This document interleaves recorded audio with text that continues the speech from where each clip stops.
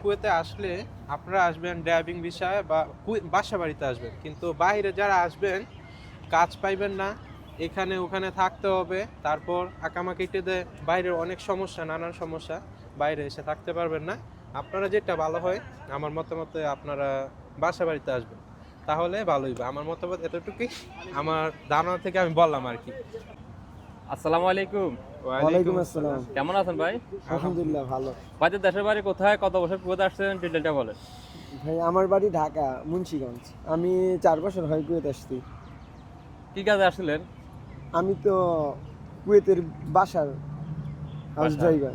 আচ্ছা যাক, আপনাদের তো 4 বছর মোটামুটি অনেক অভিজ্ঞতা আছে। কুয়েতে বর্তমানে কি কাজে চাহিদা বেশি? যদি সোন আহলি বিষয়ে আসতে পারে, যদি এসির কাজ জানা থাকে কিংবা যে কোনো কাজ বাংলাদেশ থেকে যে কোনো কাজ শিখে আসলে তার জন্য সুবিধা হবে।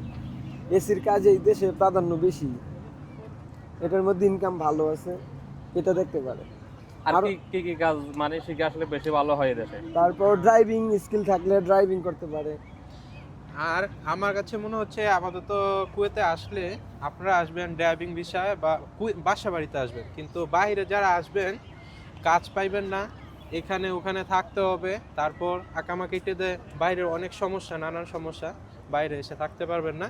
আপনারা যেটা ভালো হয় আমার মতামতে আপনারা বাসা বাড়িতে আসবেন, তাহলে ভালোই হবে। আমার মতামত এতটুকুই, আমার ধারণা থেকে আমি বললাম আর কি, বাকিটা আপনাদের। মানে বাসা বাড়িতে আসলে আপনার খাবারের একটা ব্যবস্থা থাকে, থাকার ব্যবস্থা থাকে, কোনো আগামার একটা হয়, আকামার ফেরা কোনো থাকে না। টেনশন থাকে না। সবকিছু মিলাই প্লাস পয়েন্ট ভালো ওই দিকে আর কি। মাসের একটা স্যালারি পাওয়া যায়। হ্যাঁ। ওইটি আর বাইরে আসলে বিভিন্ন রকমের টেনশন থাকে। আর বিভিন্ন হয়রানি থাকে।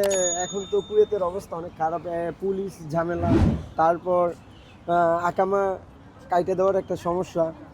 যেমন এটা আমি ফেস করছি যে আমার আকামা কাইটে দিছে, এমন অনেকেরই হয়েছে।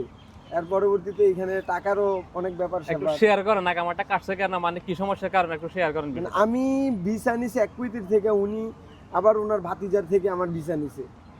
এইভাবে ওদের সাথে কথা মিল হয় নাই, এজন্য আমার আকামা কাইটা দিছে। এরপরে আমার অনেকটা সময়ও ব্যয় হয়েছে, তারপর টাকাও ব্যয় হয়েছে।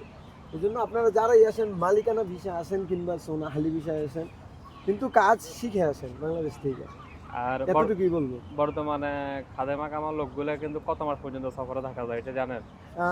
4 মাস পর্যন্ত শহরে থাকা যায়। 4 মাসের বেশি থাকলে কি কি সমস্যা হয়? 4 মাস যদি খাদেমা কামা থাকে তাহলে হয়তো ভিসা ক্যান্সেল হয়ে যাওয়ার সম্ভাবনা আছে এখন।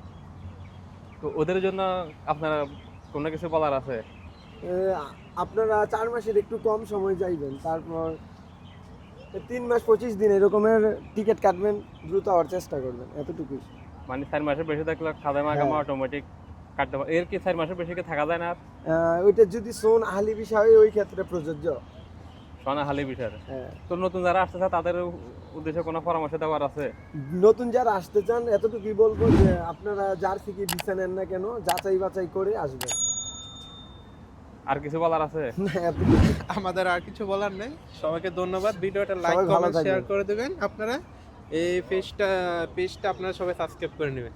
ওকে ভাই, আসসালামু আলাইকুম। অসংখ্য ধন্যবাদ।